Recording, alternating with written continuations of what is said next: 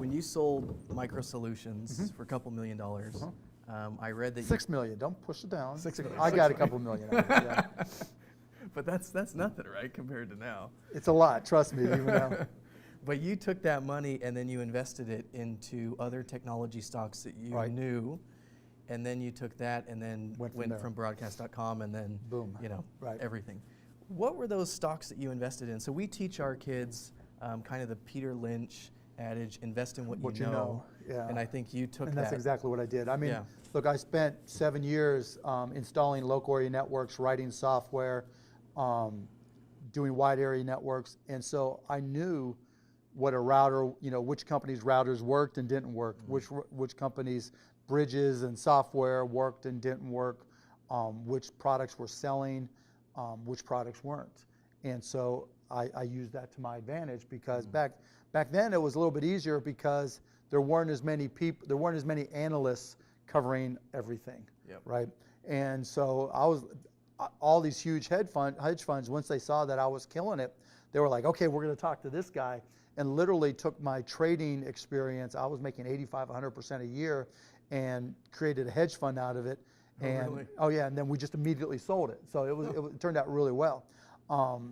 But I did that now, and I'm telling you, the Peter Lynch experience is going to be interesting in terms of, okay, where do you shop? What do you do? What websites do you go to? But if you take the time to learn computer vision, neural networks and everything, that's how all the decisions are going. A lot of the decisions are going to be made, but all the decisions are going to be influenced.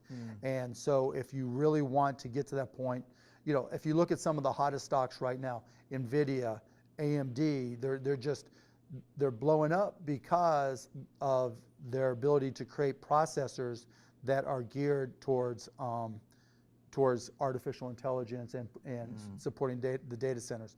If you look at what's happening with Amazon, I own a lot of Amazon stock because they are the most advanced in using all these things I've been talking about. Netflix, they started 10 years ago by using their versions of artificial intelligence back then to try to determine what's the best way to help guide people through choosing content. Through the whole discovery, they had a $1 million contest. And so, artificial intelligence is going to eat the world. And so the Peter Lynch approach is great, but you have to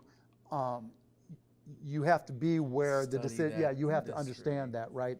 Which is not an easy industry. No, and plus the other problem is there's a lot fewer companies going public these days, right? Back when we went public 20 years ago, there were 9,000 companies that were public. Now there's under 4,000. And so there's more money chasing fewer choices, which is good in some respects, but it's good because all that money helps push the indexes up, right? Lots of money, fewer stocks, so you don't have as many choices. But it's bad in that there aren't as many new companies coming out where you can say, okay, so-and-so is going public. I know that company, most other people don't, and that might give me an edge in my investing. Right, your Ubers and your Airbnb. And Snapchat, right? Snapchat's supposed to go public, Airbnb and Uber. And so let's talk about big time screw ups in investing. So there's a guy named Travis Kalanick, right? And he had a company called Red Swoosh. And I invested in it and we sold it and we made a little bit of money. His next company, he emails me, he's got this thing called Uber Cab. And he's like, you should invest in this, Mark. I'm like, I like it. It's a great idea. You're going to run into some resistance from all the taxi cab companies and all the transportation folks in different cities. They're going to hate you. So, I like the idea, but I don't like the way you're pricing it. Never heard back from him again. Now, that's my problem with Travis personally, but obviously it turned into Uber. And so sometimes you make it and sometimes you miss them. But I've turned out okay.